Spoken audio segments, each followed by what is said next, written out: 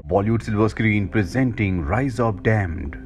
इस कहानी की शुरुआत में आसमान में चांद को दिखाया जाता है जिस पर ग्रहण लग रहा होता है। जहां आसमान में चांद पर ग्रहण लग रहा है वहीं धरती पर एक आदमी को दिखाया जाता है जो खुदाई कर रहा होता है और खोदते खोदते वो एक ऐसा दरवाज़ा खोल देता है जो उसे नहीं खोलना चाहिए था। ये नर्क का दरवाज़ा है जहां वो आत्माएं हैं जिन्हें सज़ा के तौर पर नर्क में भेज दिया गया था। लेकिन नर्क का दरवाज़ा खुलने की वजह से ये सभी आत्माएं अब यहाँ से बाहर निकल सकती हैं। अब वो आदमी जिसने नर्क का दरवाज़ा खोला था वो उस गड्ढे के अंदर देखता है जहाँ पर लावा ही लावा होता है और तभी एक शक्तिशाली आत्मा उसके शरीर के अंदर प्रवेश कर जाती है और उसे अपने काबू में कर लेती है। उसका पूरा शरीर हवा में उड़ना शुरू हो जाता है। इस घटना के 1 महीने बाद हमें एक शहर के शेरिफ को दिखाया जाता है जो रेलवे स्टेशन पर अपनी बेटी को लेने गया होता है। उसकी बेटी के साथ उसका फ्रेंड भी होता है और जब वो अपनी बेटी से मिलता है तभी यहाँ पर कुछ लुटेरे हमला कर देते हैं। शेरिफ उनके ऊपर हमला करता है, वो भी शेरिफ के ऊपर गोलियां चलाते हैं। शेरिफ को एक गोली लग जाती है जिससे उसकी मृत्यु हो जाती है। मृत्यु के बाद वो RIPD डिपार्टमेंट में जाता है, यानी कि उसकी आत्मा रेस्ट इन पीस डिपार्टमेंट में जाती है जो कि स्वर्ग है, यानी कि हेवन की जो गेट कीपर होती है। वो जब शेरिफ के बारे में पढ़ती है तो उसे पता चलता है कि उसने बहुत अच्छे काम किए हैं। वो एक शेरिफ यानी कि पुलिस वाला था, इसीलिए वो उसे बताती है कि आज से 1 महीने पहले हेल का दरवाजा खुल गया था जिस वजह से वहां पर जितनी भी आत्माएं सजा काट रही थी, जितनी भी आत्माएं कैद थी, वो सब की सब आज़ाद हो गई और अब वो अर्थ पर इंसानों के अंदर प्रवेश कर चुकी है और उन्हें अपने हिसाब से कंट्रोल करती है। तुम्हें उन सब को पकड़कर वापस हेल में डालना होगा। शेरिफ ये बात सुनकर खुश हो जाता है कि उसे एक बार फिर से अर्थ पर जाना है। दरअसल वो अपनी बेटी से मिलना चाहता है, इसीलिए वो कॉन्ट्रैक्ट पर साइन करने के लिए, इस काम को करने के लिए मान जाता है। वो कॉन्ट्रैक्ट को नहीं पढ़ता और साइन कर देता है, जिसके बाद उसे गेट कीपर एक गन देती है और कहती है कि जिस भी आत्मा के ऊपर तुम इस गन को चलाओगे वो आत्मा वापस अपने आप ही हेल में चली जाएगी। इसके बाद उसे अर्थ पर भेज दिया जाता है। जब वो अर्थ पर पहुंचता है तो जेनी नाम की एक लड़की उसे मिलती है जो उसका इस काम में साथ देगी और अब ये दोनों इस काम को अंजाम देने के लिए निकल पड़ते हैं।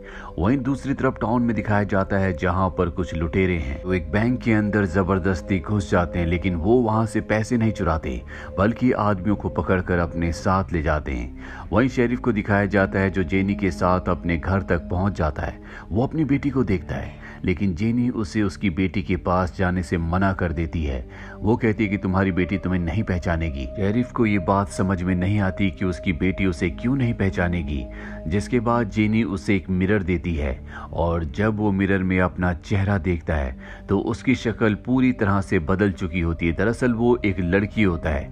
हालांकि दोनों एक दूसरे को अपने असली रूप में देख सकते हैं लेकिन दुनिया को ये दोनों के दोनों लड़कियों के यानी कि अलग अलग चेहरों के रूप में दिखेंगे क्योंकि दुनिया की नजरों में इनकी मृत्यु हो चुकी है और अगर ये अपने असली रूप में दिखे तो दुनिया वाले इन्हें देखकर डर जाएंगे। दुनिया में कई सारे सवाल खड़े हो जाएंगे और अब शेरिफ को समझ में आ चुका है कि वो अपनी बेटी के पास गया भी तो उसकी बेटी उसे नहीं पहचानेगी, उसकी बातों पर यकीन नहीं करेगी। शेरिफ इसके बाद जेनी के साथ अपनी कब्र पर जाता है जहां पर उसे दफनाया गया था। तभी वहां पर शेरिफ का दोस्त आता है, लेकिन जब वो इन दोनों को देखता है तो दोनों के दोनों अलग रूप में दिखते हैं। शेरिफ भी उसे लड़की के रूप में देख रहा होता है, यानी कि शेरिफ का दोस्त उसे नहीं पहचान सकता। शेरिफ का दोस्त परेशान होता है। वो इन दोनों को बताता है कि कुछ लोग शहर से लोगों को पकड़कर अपने साथ ले जा रहे हैं और वो मेरे दोस्त की बेटी को भी अपने साथ ले गए हैं। दरअसल वो शेरिफ की बेटी की बात कर रहा होता है।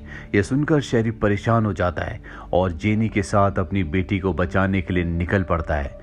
इन्हें वो लोग मिल जाते हैं जो सबको पकड़कर अपने साथ ले जा रहे हैं। जेनी उनके सामने जाती है और कहती है कि मेरी बहन पहाड़ी से नीचे गिर गई है, वो बहुत घायल है, उसे मदद की जरूरत है। और ये सब के सब लुटेरे हैं, इनके दिल में दया रहम कुछ भी नहीं है, इसीलिए ये उसकी मदद करने से मना कर देते हैं। जेनी कहती है कि अगर तुमने मेरी मदद की तो इसके बदले मैं तुम्हें अच्छे खासे पैसे दूंगी। वो इन्हें पैसे दिखाती है जिसके बाद 2 लुटेरे उसकी मदद करने के लिए उसके साथ चल पड़ते हैं। जहां पर वो देखते हैं कि सच में जेनी की बहन नीचे गिरी हुई है जो जख्मी है। दरअसल ये जेनी की बहन नहीं बल्कि शेरिफ है जो इन लोगों को एक लड़की के रूप में दिख रहा होता है। और जब लुटेरे उसकी तरफ बढ़ते हैं तो ये दोनों के दोनों उनके ऊपर हमला कर देते हैं। उन दोनों को मार कर ये उस जगह पहुंच जाते हैं जहां पर बाकी और भी लुटेरे हैं। ये उनके ऊपर भी चुपके से हमला कर देते हैं। अब जिस केज के अंदर सब के सब कैद होते हैं उस केज का ये लॉक खोलने की कोशिश करते हैं लेकिन इनसे लॉक नहीं खुलता। जेनी के पास एक पानी होता है जो कि पवित्र पानी है। केज के अंदर बैठे एक आदमी के ऊपर वो उस पानी को फेंक देती है। उसके शरीर में गोल निशान बन जाता है और ये गोल निशान उन लोगों के शरीर में होता है जिनके अंदर बुरी आत्माओं ने अपना कब्जा कर रखा है। वो आत्माएं जो हेल से भाग गई हैं। अब पवित्र पानी गिरने के बाद उस लड़के के अंदर से बुरी आत्माएं बाहर निकलना शुरू हो जाती है। पूरे के पूरे केज के अंदर फैल जाती हैं जिससे केज टूट जाता है, सब आजाद हो जाते हैं। लेकिन अब इनके सामने नर्क से भागी हुई बुरी आत्माएं हैं। इससे पहले कि वो इन्हें मार दी, शेरिफ अपनी गन निकालता है जो उसे स्वर्ग के गेटकीपर ने दी थी और उस पर चला देता है जिससे वो वापस अपनी जगह यानी कि नर्क में पहुंच जाती है। यहाँ पर इन्हें एक लड़का मिलता है जिसका नाम स्लिम होता है। इसके अंदर भी बुरी आत्माएं हैं। शेरिफ उसे गोली मारने वाला होता है लेकिन जेनी उसे रोकती है। स्लिम बताता है कि मैं जानता हूँ कि मेरे अंदर बुरी आत्मा है लेकिन मैं उस आदमी के लिए काम करता हूँ जो हम में सबसे शक्तिशाली है। दरअसल ये उस आदमी की बात कर रहा होता है जिसने गड्ढा खोदकर हेल का दरवाजा खोला था जिसके अंदर सबसे पहले सबसे ताकतवर और सबसे बुरी आत्मा ने एंटर कर लिया था।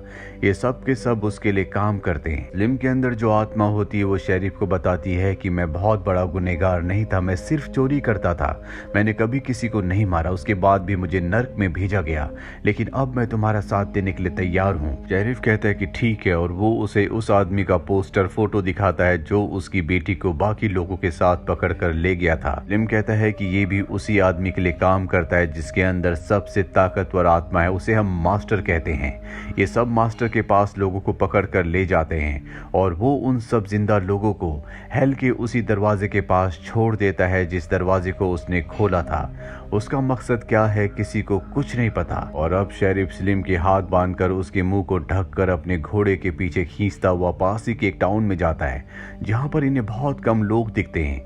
ये इस टाउन के मेयर के होटल में जाते हैं जो इन्हें होटल में कमरा देने से मना कर देता है लेकिन इनके पास गन होती है जिसे देखने के बाद मेयर इन्हें कमरा दे देता है। यहाँ पर ये दोनों के दोनों एक लेडी से पूछते हैं कि यहाँ के सारे लोग कहाँ चले गए। वो बताती है कि मेयर ने कहा था कि पास ही में एक गुफा है जिसके अंदर काम करने पर सबको बहुत पैसे दिए जाएंगे। सब के सब वहाँ काम करने चले गए लेकिन लौट कर वापस कोई नहीं आया। और अब शेरिफ और जेनी तय करते हैं कि ये उस गुफा में देखने के लिए जाएंगे। ये स्लिम को कमरे में बांध कर निकल जाते हैं क्योंकि स्लिम के ऊपर इन्हें बिल्कुल भी भरोसा नहीं है। रास्ते में इन्हें एक आदमी मिलता है जिसने अपने मुंह पर मास्क पहना होता है, उसके हाथ बंधे होते हैं और वो इन दोनों को बताता है यहाँ से कुछ दूर एक सुरंग के अंदर जमीन में एक बहुत गहरा गड्ढा हो गया है जहाँ से जहरीली गैस निकल रही है। वहाँ पर एक आदमी है जिसने मुझे मास्क दिया था और कहा था कि सुरंग के अंदर बहुत सारा सोना है। जिसके बाद सब के सब वहां पर काम करने के लिए चले गए लेकिन वहां पर क्या है किसी को कुछ नहीं पता। दरअसल ये उसी आदमी की बात कर रहा होता है जिसके अंदर सबसे पहले आत्मा गई थी, जिसने नर्क का दरवाजा खोला था जिसे सब मास्टर कहते हैं और नर्क का दरवाजा भी इसी टाउन में है। तभी मास्टर के कुछ लोग यहाँ पर आ जाते हैं और इनके ऊपर हमला करके इन्हें अपने साथ ले जाते हैं। इन सब को जेल के अंदर बंद कर दिया जाता है। यहाँ पर इनके पास एक लड़की इनसे मिलने के लिए आती है जो इन्हीं की तरह स्वर्ग से इनसे पहले आई थी, जिसके पास उसी तरह के हथियार थे जिस तरह के शेरिफ को कीपर ने दिए थे। इसने अपने हथियार छुपा दिए थे जो मास्टर को मिल गए और इसी वजह से मास्टर सबसे शक्तिशाली होता है। जेनी को इस लड़की पर बहुत गुस्सा आता है। वो लड़की वहां से चली जाती है जिसके बाद जेनी को शेरिफ का पूरा प्लान समझ में आ जाता है। जिस रात को ब्लड मून होगा यानी कि पूरा चांद होगा, उस रात को वो नर्क के दरवाजे को हमेशा के लिए नष्ट कर देगा, जिसके बाद सारी की सारी आत्माएं हमेशा के लिए धरती पर आ जाएंगी और पूरी धरती पर इंसानों के ऊपर अपना कब्जा कर लेंगी। अब यहाँ पर वो लड़का यानी कि स्लिम भी आ जाता है, जिसे ये होटल में बंदी बनाकर आ गए थे। ये इन दोनों को आज़ाद कर देता है। दरअसल इसके ऊपर शेरिफ के कत्ल का इल्ज़ाम होता है। ये इन दोनों को बताता है कि मैं उन लुटेरों के साथ ज़रूर था जिन्होंने शेरिफ के ऊपर गोली चलाई थी, लेकिन वो मेरी गोली से नहीं मरे थे। मैंने कभी किसी को नहीं मारा। दरअसल स्लिम को नहीं पता होता कि उसके सामने जो है वो शेरिफ है, क्योंकि वो उन्हें लड़की के रूप में देख रहा होता है। और अब शेरिफ को और जेनी को उस पर विश्वास हो जाता है। ये तय करते हैं कि इन्हें अब नर्क के अंदर जाना होगा, जहां पर उस पवित्र पानी को डालना होगा जो जेनी के पास है। दरअसल वो ईश्वर के आंसू है, लेकिन जेनी अंदर नहीं जाना चाहती, क्योंकि अंदर चारों तरफ लावा ही लावा, आग ही आग है और उसे आग से डर लगता है, क्योंकि जब वो इंसान थी तो लोगों ने उसे चुड़ैल समझा था, जिसके बाद उसे आग से मार दिया गया था। वो शेरिफ को आंसू देती है और कहती है कि तुम्हें अंदर जाना होगा, कि इन आंसुओं को वहां पर डालकर तुम नर्क के दरवाजे को बंद कर दो। शेरिफ आंसुओं को पवित्र पानी को लेने से मना कर देता है और जेनी से कहता है कि तुम्हें अपने डर से लड़ना होगा, तुम मेरे साथ चलोगी। जिसके बाद जेनी के अंदर आत्मविश्वास आ जाता है और वो शेरिफ के साथ मुकाबला करने को तैयार हो जाती है। जहां पर ये अंदर जाते हैं, जहां पर बहुत सारे इंसान हैं जिनके अंदर बुरी आत्माएं हैं, जो नर्क से आजाद होकर इनके अंदर अपना कब्जा कर चुकी है। लेकिन शेरिफ के पास जो गन होती है, उस गन से ये उन लोगों के ऊपर हमला करते हैं, जिससे आत्माएं वापस चली जाती हैं। लेकिन मास्टर के जो अंदर आत्मा है वो बहुत ही शक्तिशाली है, इसीलिए वो इनके ऊपर हावी हो रहा होता है। और अब जेन भी वहां पर होती है, जिसके पास ईश्वर के आंसू है। वो उन आंसुओं को नर्क के उस दरवाजे में डाल देती है जहां से सारी बुरी आत्माएं निकली हैं। आंसू डलने के बाद वो दरवाजा बंद होना शुरू हो जाता है और इंसानों के अंदर जितनी भी बुरी आत्माएं होती हैं वो वापस नर्क में चली जाती है। लेकिन मास्टर अब भी बाहर है। उसके अंदर की जो बुरी आत्मा है वो अपने असली रूप में आ जाती है, जिसके बाद वो इन तीनों के ऊपर हमला कर देती है। बहुत ही ताकतवर है, ये चाहकर भी उसे नहीं हरा सकते। अभी शेरिफ को एक आइडिया आता है। स्वर्ग की कीपर ने जो उसे गन दी होती है, उसमें वो ईश्वर के आंसू डालता है और उन आंसू वाली गन से, बुलेट से वो उस राक्षस पे यानी कि उस बुरी आत्मा पर हमला करता है जो इन्हें मारना चाहती है। और जैसे उसे बुलेट लगती है, उस आत्मा का भी खात्मा हो जाता है, वापस नर्क में चली जाती है। अभी तीनों के तीनों वापस टाउन में आते हैं, जहां पर सब लोग वापस लौट चुके हैं। टाउन में एक बार फिर से खुशहाली आ चुकी है। साथ ही टाउन का नया मेयर अब स्लिम को बना दिया जाता है, क्योंकि स्लिम ने बहुत अच्छे काम किए थे। पुराना मेयर बिल्कुल अच्छा इंसान नहीं था, वो एक करप्ट इंसान था, वो लोगों में भेदभाव करता था। स्लिम के अंदर अब भी वो आत्मा होती है जिसे नर्क भेज दिया गया था, क्योंकि उस आत्मा ने स्लिम के अंदर रहकर अच्छे काम किए थे, इसीलिए अब भी वो इस दुनिया में होती है। जेनी उस आत्मा से कहती है कि मैं तुम्हें स्वर्ग में ले जाने की कोशिश करूंगी, लेकिन तब तक तुम्हें इस टाउन में सब लोगों की सेवा करनी होगी, उनकी मदद करनी होगी। ये कहने के बाद शेरिफ और जेनी दोनों यहाँ से निकल जाते हैं। शेरिफ इसके बाद अपनी बेटी के पास जाता है, जिसने अपने दोस्त से शादी कर ली होती है। शेरिफ ये देखकर बहुत खुश होता है, लेकिन उसकी बेटी उसे नहीं पहचान सकती, क्योंकि उसकी बेटी उसे एक औरत के रूप में देख रही होती है। हालांकि शेरिफ उसे बताने की भी कोशिश करता है, लेकिन इसका कोई फायदा नहीं है। जेनी उसे अपने साथ ले जाती है और अब शेरिफ कहता है कि मैं वापस स्वर्ग में जाकर आराम करूंगा। जेनी कहती कि शायद तुमने कॉन्ट्रैक्ट को अच्छे से नहीं पढ़ा। अगले 100 सालों तक तुम्हें यहीं धरती पर रहकर लोगों की मदद करनी होगी, RIPD के लिए, यानी कि स्वर्ग के लोगों के लिए काम करना होगा। यही तुम्हारा काम है। और इसी के साथ ये फिल्म, ये कहानी यहीं पर खत्म हो जाती है। उम्मीद करते हैं कि ये कहानी आपको पसंद आई होगी।